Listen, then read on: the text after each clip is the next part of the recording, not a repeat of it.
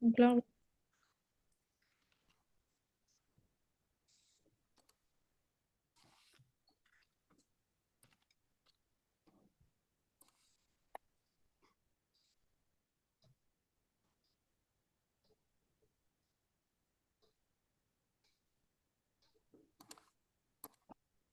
ça arrive au fur et à mesure. Oui.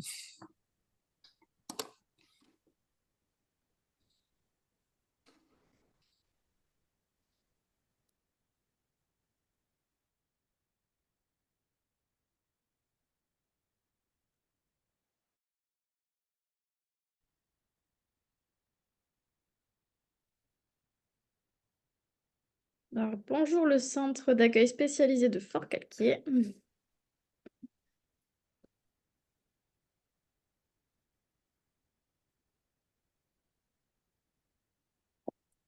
Bonjour à vous.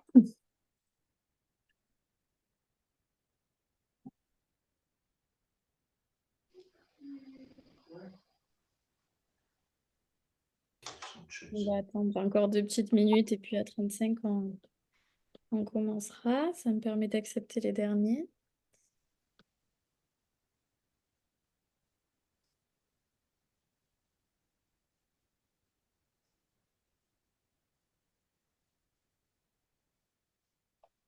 Est-ce que tout le monde voit mon écran? Le petit support, la page d'accueil. Oui. Super, merci.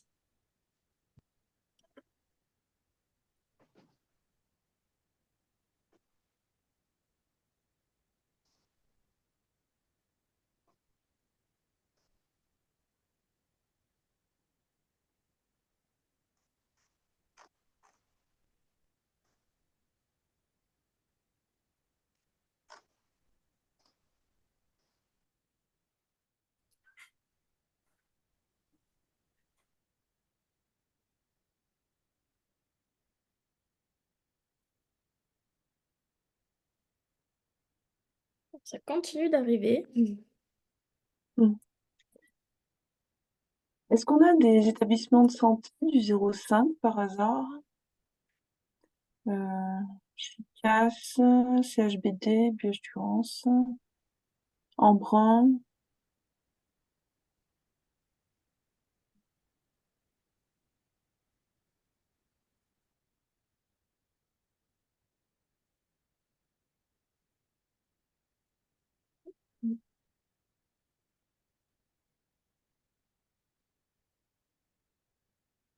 Je vais voir.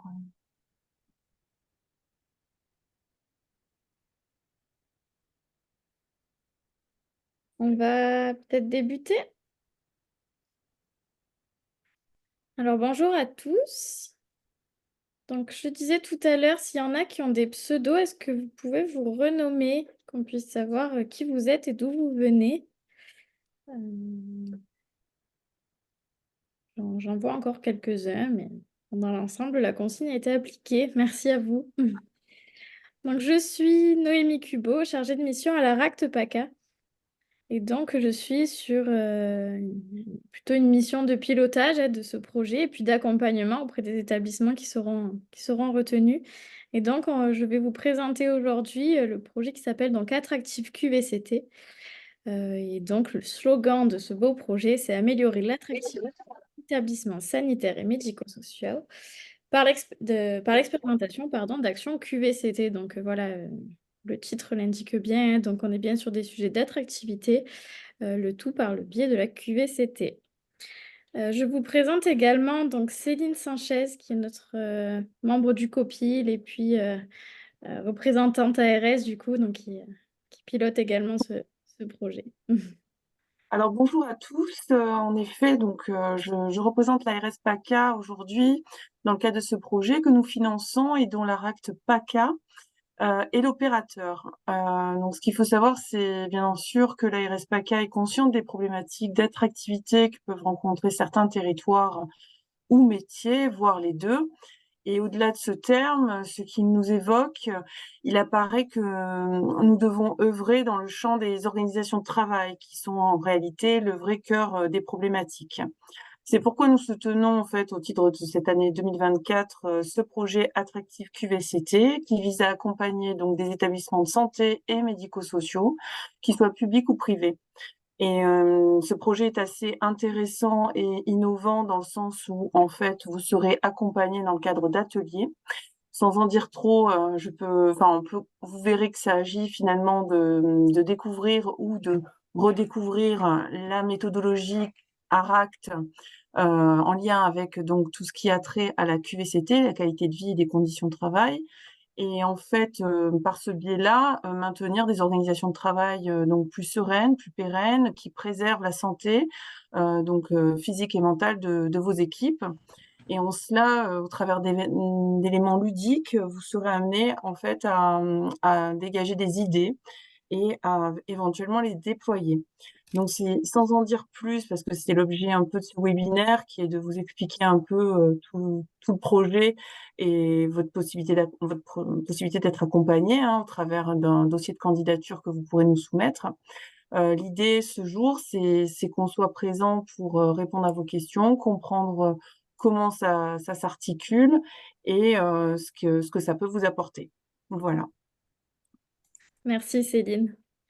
Donc oui, l'objet aujourd'hui, c'est vraiment de vous présenter ce projet, comment il a été pensé et quelles actions donc on va pouvoir élaborer ensemble, puisqu'on est vraiment sur un projet qui amène à être co-acteur, co, euh, co-porteur de ce projet. Donc je vous disais tout à l'heure, je suis chargée de mission à l'ARACT PACA, donc l'agence régionale pour l'amélioration des conditions de travail, et donc l'agence nationale au niveau du national pour l'amélioration des conditions de travail. Donc on est en fait un réseau d'ARACT, donc d'agences régionales, et on travaille tous donc pour l'ANAC, l'agence nationale.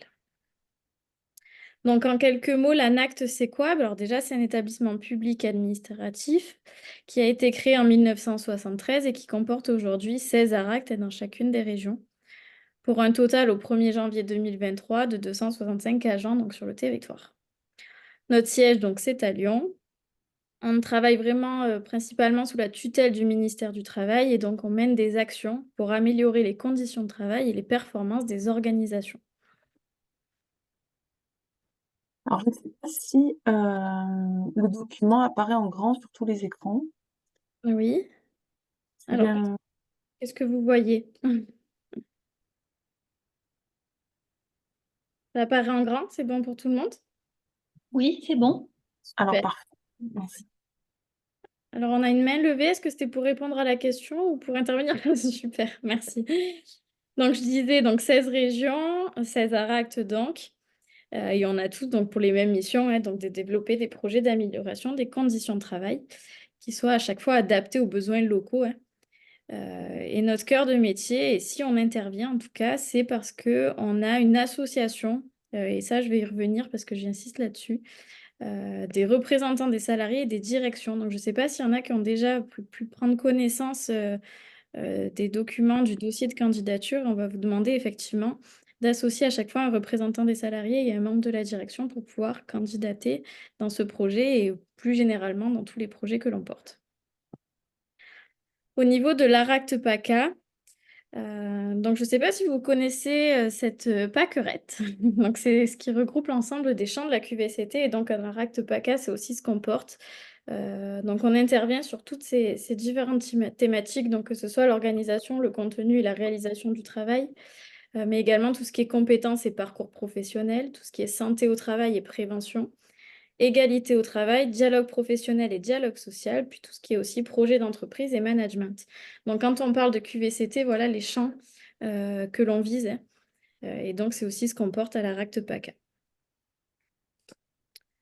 Que faisons-nous en quelques mots? Donc, on a différents thèmes de travail déjà, donc tout ce qui est démarche qualité de vie et conditions de travail, mais aussi tout ce qui est prévention à l'usure professionnelle, accompagnement des mutations du travail. Donc là, on parle plutôt des transitions, qu'elles soient écologiques ou numériques, mais aussi cette transition qu'on a pu observer, notamment l'après-Covid avec le télétravail. Donc ça aussi, c'est des accompagnements qu'on propose. De l'appui au dialogue social, bien sûr, de l'égalité professionnelle, de l'attractivité, de la fidélisation. Donc, on est sur ce champ-là, nous, aujourd'hui. Et puis, nos modes d'action, c'est donc de l'accompagnement d'entreprise On est sur de l'accompagnement, qu'on soit plutôt sur de l'accompagnement individuel, mais aussi collectif. Quand on regroupe un ensemble de structures, on peut être amené à accompagner un collectif. Et vous allez le voir comment ça peut s'articuler dans ce genre de projet, puisqu'aujourd'hui, on va vous le présenter. On est aussi sur des modalités de formation, sur de la diffusion d'outils et de méthodes. Donc, vous allez voir aussi comment on va travailler ensemble sur ce volet-là, puisqu'on va créer ensemble des outils. On est donc sur de la conception et de l'animation de dispositifs territoriaux et sectoriels, puis tout ce qui est études et veille, bien sûr, pour être toujours au cœur de nos métiers. Donc voilà une petite présentation très succincte de ce qui est la RACT et l'ANACT au national, pour que vous ayez un peu une idée de qui nous sommes. Au niveau du projet, cette fois, donc on va rentrer dans le cœur de ce webinaire. Donc, contexte et intention du projet, donc de quoi part ce projet? Et puis peut-être, je ne sais pas, Céline, est-ce que tu as envie d'en dire deux mots? Mais déjà, pour vous expliquer un petit peu, donc on sait aujourd'hui que l'attractivité, la fidélisation, ça s'articule autour de 3 périmètres d'action, hein, qui sont complémentaires et qui sont donc à mobiliser pour avoir un établissement attractif. Donc on est au niveau plutôt du territoire sur tout ce qui est cadre de vie. On entend par là les relations avec les autres entreprises, le travail en filière, la mutation des emplois, les services de remplacement, le partenariat avec les acteurs du territoire, la mise à disposition des ressources. Donc là, on est plutôt sur l'échelle d'un territoire. On a aussi plutôt à l'échelle d'une branche tout ce qui est l'image des métiers. Donc tout ce qui est revalorisation salariale, avantages sociaux, développement de compétences. Enfin, je ne vais pas tout vous décrire, mais là, on est plutôt sur le cœur d'une branche. Et puis, on a tout ce qui est au niveau de l'entreprise, et c'est à ce niveau-là que nous, on a envie de travailler. C'est sur ce biais-là que vous avez peut-être aujourd'hui le plus de leviers d'action. Et les entreprises, comment elles agissent sur leur attractivité? C'est par la qualité de vie et les conditions de travail. Et c'est ce qui nous réunit aujourd'hui. Alors juste pour compléter, Noémie, oui, c'est vrai que l'ARAC, souvent vous employez le terme entreprise parce que vous êtes très tourné vers les TPE, PME, mais vous avez aussi une expérience dans le champ du sanitaire, médico-social au travers des nombreux accompagnements que vous avez menés. Mais du coup, en fait, quand on parle, oui, quand on comprend ces structures, en fait, établissements publics, privés, qui ont des problématiques communes. Voilà, c'était Exactement. juste. Merci de le préciser. C'est vrai que le langage, c'est un peu déformé, mais on parle effectivement de structures, que ce soit entreprises ou établissements sociaux, sanitaires, médico-sociaux. On est beaucoup amené à travailler aussi dans ces branches-là. Donc voilà pour vous parler un petit peu de comment s'est porté ce projet, hein, donc des questions d'attractivité certes, mais des questions pardon, d'attractivité au niveau de la structure, hein, là où vous avez le plus de levier d'action, comme je le disais. Au niveau de ce projet et de la méthode d'intervention, hein, qu'on a pensé pour vous accompagner. Donc déjà, ce qu'il faut savoir, c'est qu'on a réfléchi ce projet autour de 3 laboratoires. Et on appelle en fait un laboratoire un espace de partage d'expériences et d'émergence d'idées. Donc en fait, c'est un espace qui est partagé euh, par différents territoires, comme on peut le voir aujourd'hui, par différents départements.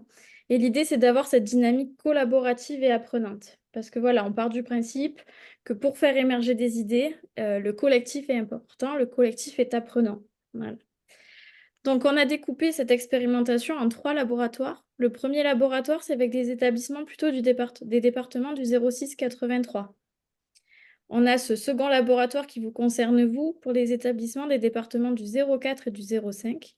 Et enfin, on terminera cette expérimentation avec un laboratoire numéro 3 pour les établissements des départements du 13 et du 84. Ces laboratoires se composent de la façon suivante. On retient pour chacun des établissements 6 à 10 établissements. Ces établissements, je le disais tout à l'heure, seront représentés à chaque fois par un binôme. Donc un binôme, c'est un représentant du personnel et un membre de la direction. Quand on entend membre de la direction, on entend aussi un acteur RH, un manager de proximité. Mais c'est très important que ce binôme soit identifié dès le départ, puisque je vous le disais, l'ARACT intervient que quand cette condition est réunie. Un laboratoire, c'est 3 à 5 établissements par département, pardon, pour arriver à ce total donc de 6 à 10 établissements. On tient à cette répartition plutôt équilibrée entre départements, hein. Voilà. Même si vous faites partie du même laboratoire. Au niveau de l'animation de cette expérimentation, de ce projet, ce qu'il faut savoir, c'est qu'en fait, l'activité des laboratoires va se distinguer en 2 temps. Un premier temps qu'on appelle d'hackathon. Un hackathon, c'est un atelier en fait, c'est un atelier collaboratif pendant lequel donc, ces établissements retenus, donc ces 6 à 10 établissements retenus, se réuniront en présentiel autour d'un temps qu'on va appeler un atelier. Un atelier dans un premier temps de cadrage, puis de prototypage. Je vais définir tout ça juste après. L'idée de ces ateliers, donc on est sur la colonne jaune, c'est de venir identifier une problématique, de trouver des solutions à cette problématique et ensuite de commencer à penser à un prototype en fait qu'on va pouvoir décliner en établissement. Ça peut paraître un peu grossier dit comme ça, mais vous allez voir, on va y revenir et on va détailler ces éléments. Donc, premier temps, colonne de jaune, ces 2 ateliers.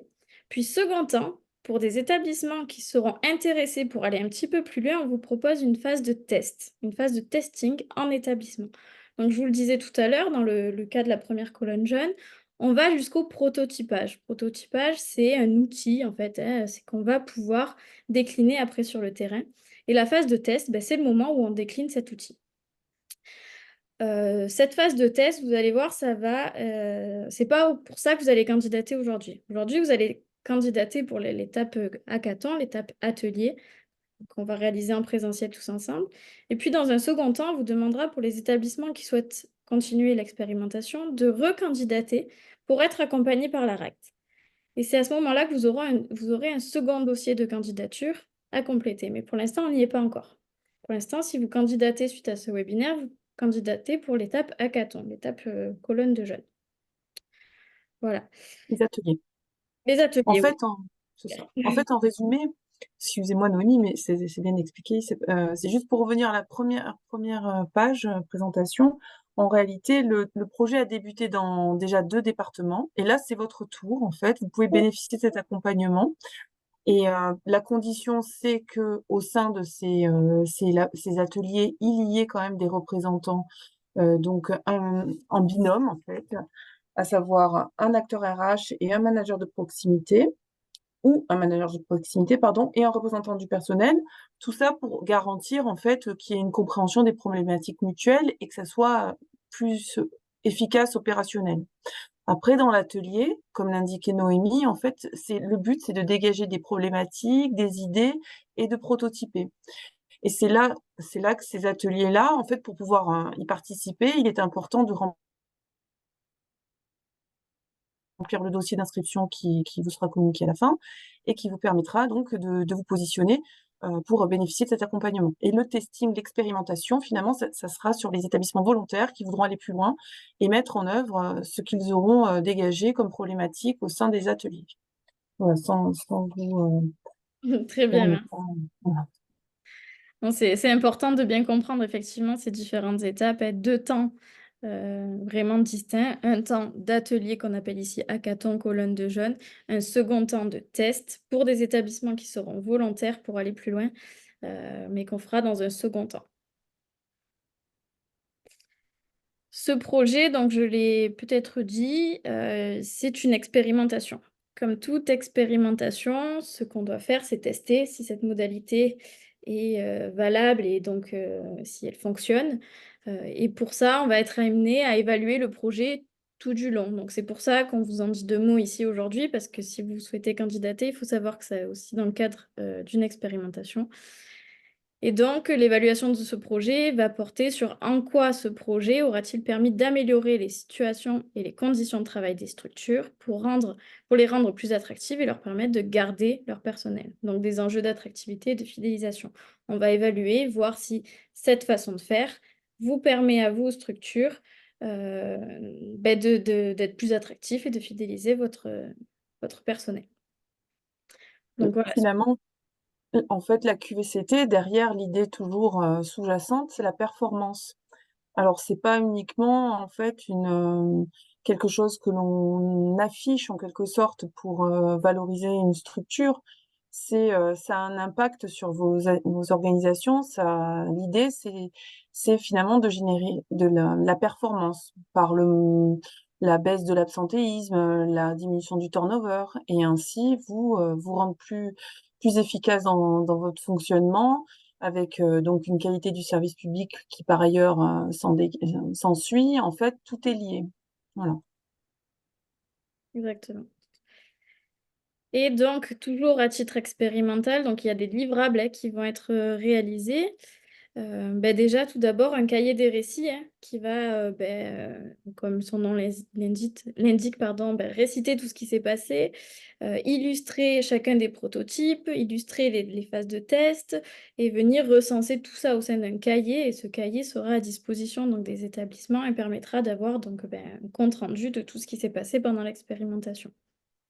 On aura également un film reportage qui sera fait justement pour témoigner aussi de tout ce qui s'est passé, toutes les interactions, les réflexions qui se sont faites autour des sujets attractivité, toujours en lien avec la QVCT, hein.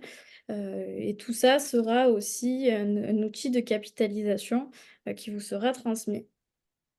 On aura également un événement de restitution. Donc, comme on vous l'a précisé, donc c'est un projet qui dure sur cette année 2024, qui accompagne donc ces différents laboratoires, ces différents départements, ces différents établissements, pardon, pas des départements retenus, donc de la région PACA.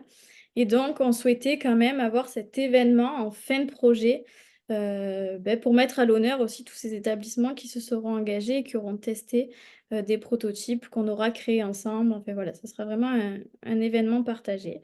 Et donc cet événement aura lieu donc à la fin, hein, une fois que toutes ces étapes seront réalisées, donc plutôt au premier trimestre 2025. Et pardon, en même temps, j'accepte les gens qui se rajoutent au webinaire. Et donc, enfin, on aura donc une idée de projet en fait, de transformation d'Attractive QVCT, plutôt en ateliers mobiles régionaux. Donc ça encore, c'est à dessiner, mais voilà ce qui est pensé pour le moment au niveau de la capitalisation qu'on pourra en faire de ce projet. Donc voilà, pareil, on vous en dit 2 mots parce qu'il faut savoir dans quoi vous vous engagez. Donc c'est un beau projet, c'est un projet qui est soutenu, qui est porté et qui est aussi financé par l'ARS, puisqu'on sait à quel point il y a de l'enjeu. Euh, et donc c'est à ce titre-là qu'on va capitaliser tout ça. Au niveau maintenant du timing, comment est-ce que ça va se dessiner dans le temps? Donc aujourd'hui, on est sur cette étape plutôt de démarrage, avec ce webinaire de présentation qui est réalisé aujourd'hui, qui vous est proposé. Et tout de suite après, donc vous allez avoir, si vous le souhaitez, à télécharger un dossier de candidature. Ce dossier de candidature, il est disponible sur le site de l'ARACT PACA depuis hier. Et il sera à déposer avant le 4 mars 2024. Donc, vous avez à peu près un mois là pour pouvoir candidater. Il sera à retourner à mon adresse mail, mais vous avez toutes les infos sur le site de l'ARACT PACA. Et ce dossier, vraiment, c'est un dossier qui va vous permettre donc déjà de candidater, d'exposer votre projet, d'exposer vos motivations, quelles sont vos problématiques aujourd'hui et qu'est-ce que vous voulez travailler avec nous. On se réunira donc en copil, en comité de pilotage, avec les différentes FEDE et l'ARS, et on déterminera ensemble du coup quel dossier on retiendra. Et ensuite, donc, on aura l'animation de ces 2 ateliers. Donc, on en parlait tout à l'heure. Donc, c'est des ateliers, plutôt un atelier 1 où on sera sur de la problématique et sur de l'idéation, hein. Donc, quelle est ma problématique aujourd'hui et qu'est-ce que je pourrais faire pour l'améliorer. Donc cet atelier aura lieu le 25 mars, donc en présentiel, et le lieu vous sera communiqué dès qu'il sera défini, hein, bien sûr. Et puis un second atelier en présentiel également, où là, on sera vraiment sur du prototypage, donc sur comment est-ce que je peux mettre mes solutions concrètement en place dans mon établissement. Et ça, donc, ce sera le 5 avril prochain. Ensuite, on passera donc à cette phase de test, et comme je disais, qui sera soumise donc à une seconde candidature. Donc là, ce sera 2 établissements qui seront accompagnés par la RACT, un établissement du 04 et un établissement du 05. Et donc, cette phase de test, elle débutera le 13 mai et elle se terminera au 13 septembre. Donc voilà, quelques mois à vous accompagner pour tester ce prototype, tester si ça fonctionne. Et là, on vous accompagnera vraiment sur le terrain et on fera avec vous des évaluations au fur et à mesure pour savoir ce qui marche, ce qui ne marche pas, comment est-ce qu'on peut l'améliorer.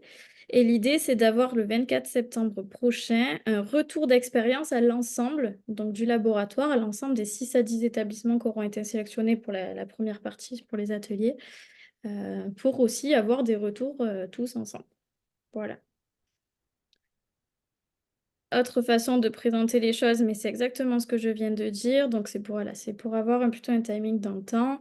Donc, un appel à candidature qui a commencé hier, donc avec le dossier qui a été déposé sur notre site et que vous pouvez télécharger, qui sera à nous remettre avant le 4 mars. Donc, le webinaire, c'est aujourd'hui. La sélection sera faite donc le 12 mars en copile et on vous donnera un retour juste après. Et donc, ces 2 dates d'hackathon, donc d'ateliers, hein, vous entendez par hackathon les ateliers, le 25 mars et le 5 avril pour ensuite cette phase de test dans les établissements. Donc, je vous disais, là, peut-être une date supplémentaire au niveau des sélections des établissements. Donc, pour la phase de test, donc, je vous disais un second dossier de candidature pour participer à cette de seconde phase, donc du 15 au 25 avril. Au niveau des critères de sélection des dossiers, donc là, vous allez, pour ceux qui le souhaitent, candidater. Nous, on a des critères pour sélectionner les dossiers, hein.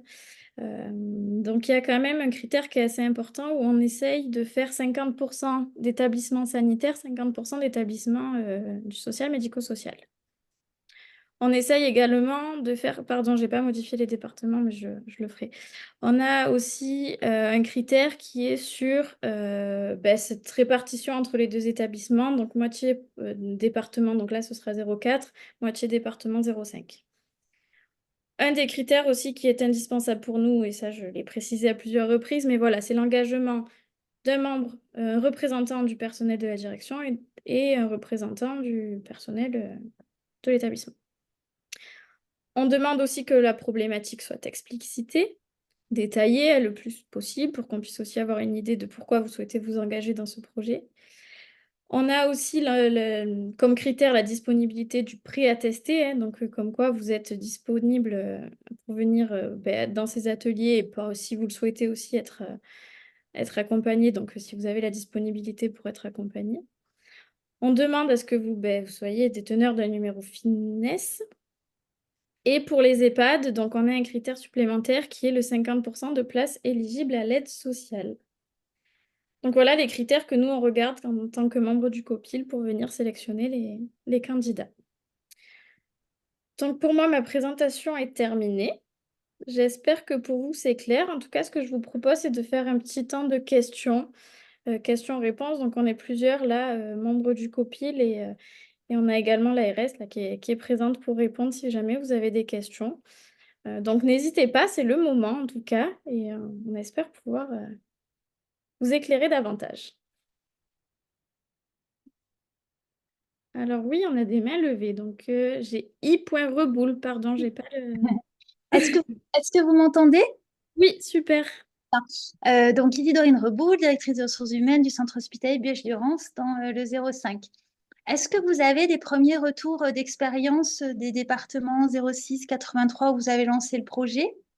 Alors, le 0683, ils en sont à la phase de candidature. Donc, on a sélectionné les établissements, on n'a pas encore commencé les ateliers avec eux. Ce sera le 19 février, le premier atelier. D'accord. Voilà. Il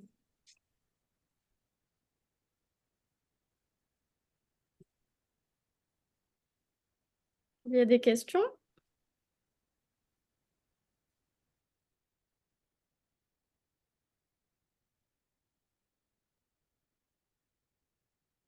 Oui, alors j'ai encore une main levée.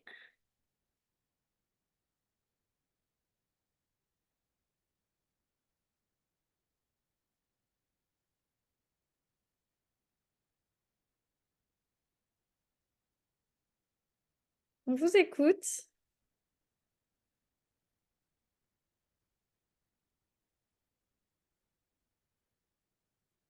Non, alors apparemment, il n'y a pas le son. C'est peut-être une erreur.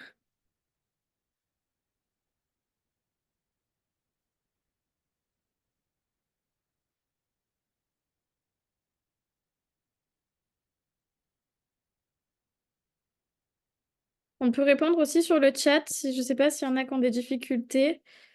D'ailleurs, il y a une question. Est-ce que la référente QVCT peut être comprise comme une représentante de la direction? Alors, référente QVCT, c'est-à-dire? Est-ce que vous pouvez préciser, s'il vous plaît?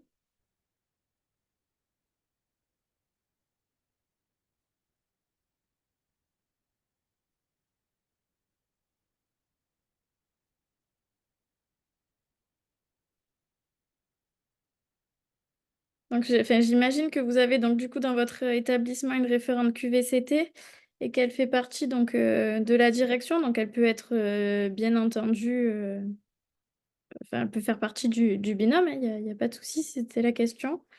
Euh, Pardon.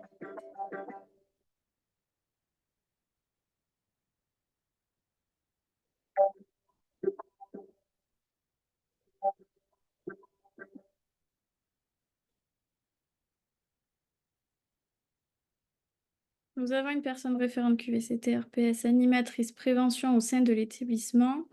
Comme il faut 2 personnes représentant des agents, pouvons-nous la positionner en représentant de la direction? Donc, c'est dans l'idée où vous auriez un représentant du personnel en plus et vous souhaitez positionner cette personne comme représentante de la direction, si j'ai bien compris. D'accord. Oui, bien sûr, il n'y a pas de souci. Oui, oui.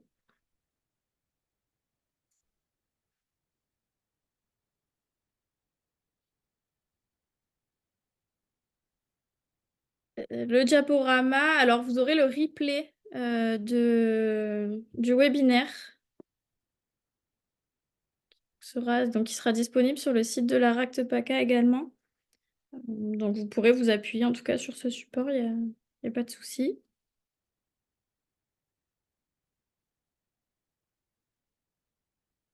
Est-ce qu'il y a d'autres questions?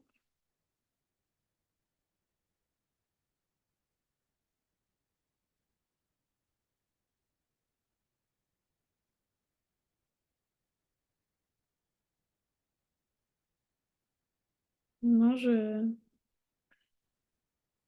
vois pas d'autres questions. Donc j'espère en tout cas que c'est clair pour vous et que ça vous donnera envie de candidater. En tout cas, l'idée ici, c'est vraiment d'avoir un enrichissement de par vos expériences et par ce travail collaboratif, hein. Donc l'idée de ces ateliers, c'est vraiment de faire un travail tous ensemble pour aussi déjà dans un premier temps faire réseau, mais aussi faire ressortir voilà, tout un panel d'idées qu'on pourra après, bien sûr, tester quand on ira sur le terrain.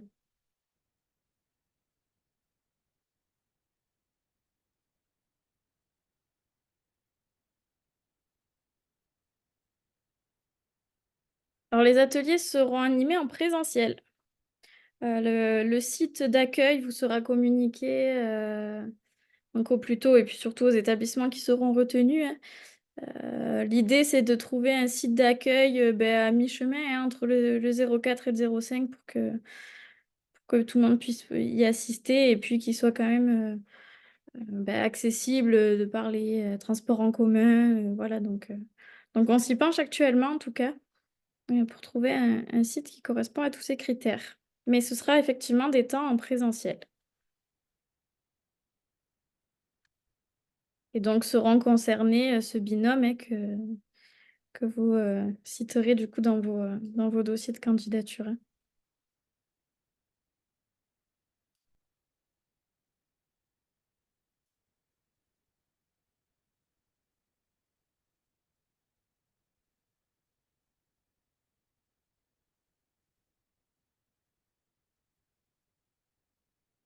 Bien. Alors on peut en rester là s'il n'y a pas d'autres questions. Il y en a encore. Est-ce que nous pouvons déposer une candidature GHT? Alors, effectivement, ce que j'ai pas précisé, c'est que alors vous allez candidater à l'échelle d'un établissement et vous allez candidater plutôt pour un service, en fait. L'idée étant que enfin, surtout pour la phase de test. Quand, vous serez accompagné, ce qu'il faut savoir, c'est qu'on va pouvoir vous accompagner à l'échelle d'un service, pour que ce soit après reproductible à plus large échelle. L'idée, c'est que, voilà, on mobilise non plus pas trop de monde dans le cadre de cette expérimentation, parce que voilà, on sait que l'activité fait que, il y a peut-être pas cette disponibilité pour engager un nombre conséquent de personnes. Donc on va venir tester déjà à l'échelle d'un service, pour après l'étendre. Donc, candidater au nom d'un GHT, c'est peut-être un peu compliqué puisqu'on va vous demander donc d'être sur une échelle plutôt réduite dès le départ. Et puis, si vous pouvez candidater au nom de votre établissement, et puis en plus, il y a plusieurs établissements concernés, ben, il y a plusieurs établissements du GHT, pardon.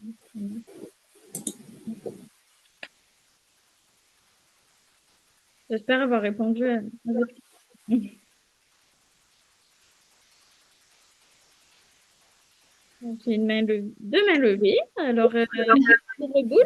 À nouveau, Madame Reboul, est-ce que dans l'examen des critères, la question de l'état d'avancement de la démarche qualité de vie, conditions de travail va être prise en considération? Est-ce qu'il va plutôt accompagner les établissements qui sont en démarrage de démarche parce qu'il y a peut-être une plus grande marge de progression? Ou est-ce que ce sera vraiment en fonction des problématiques qui sera exposée que le COPIL se prononcera? Alors, très bonne question. Au niveau de l'état d'avancement des démarches QVCT, on ne vous demande pas d'être hyper calé sur ces sujets, dans le sens où, effectivement, on est là aussi pour accompagner des plus novices. Après, voilà, la problématique qui sera explicitée sera aussi ben, abordée hein, en copie, pour voir s'il y a un intérêt à l'accompagnement. Voilà. Mais pas de question de novice ou pas sur les sujets. Ça fait pas partie des critères.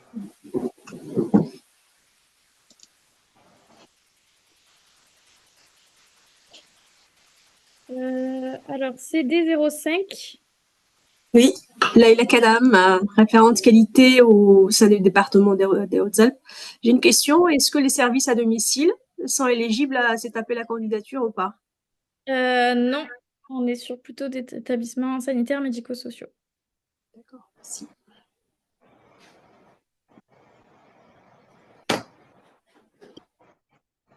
Il y a d'autres questions? Oui, excusez-moi, Noémie, c'est les restes paquets. J'ai été coupée, j'ai un problème de connexion.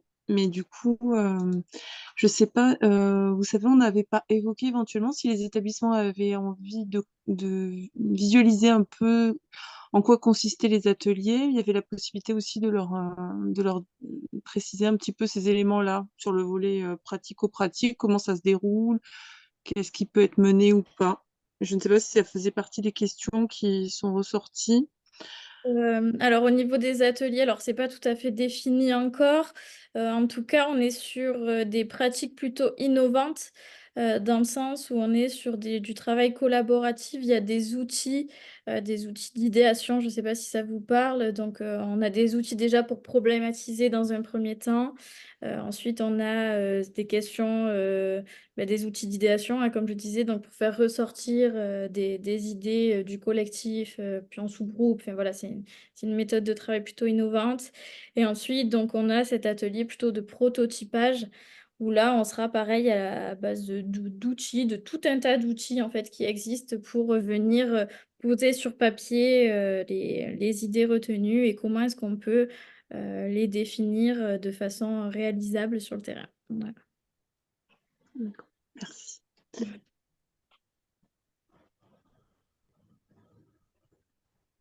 Ce que je vous propose, alors pardon, il y a peut-être encore des questions sur le chat.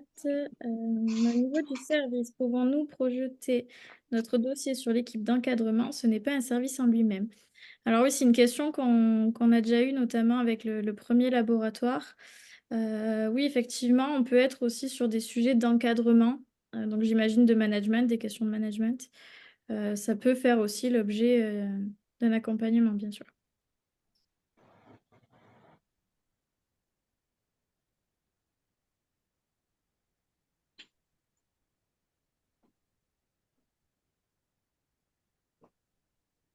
Alors, s'il n'y a pas d'autres questions, je vous propose d'en rester là.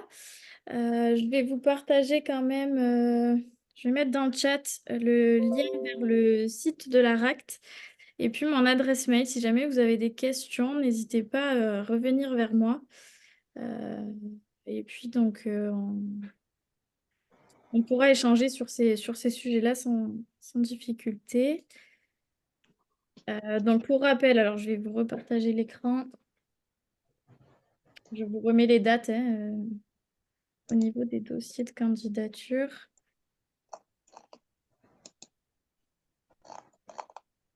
Donc voilà, on est sur des dossiers qui seront à déposer avant le 4 mars et une réponse qui vous sera donnée au 15 mars, pardon, pour des ateliers 25 mars et 5 avril. Et le lieu reste encore à définir, mais nous reviendrons vers vous. Donc je vous mets dans la discussion le site de la RACT PACA, mais que vous retrouverez très facilement sur Internet. Et également mon adresse mail.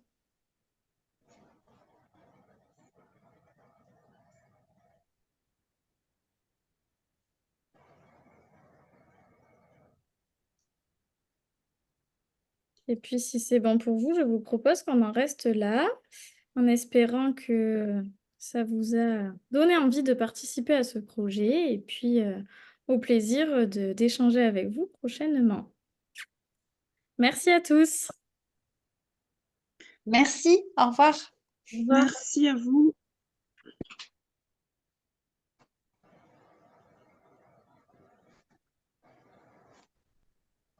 Au revoir. Au revoir. Au revoir. Au revoir. Au revoir.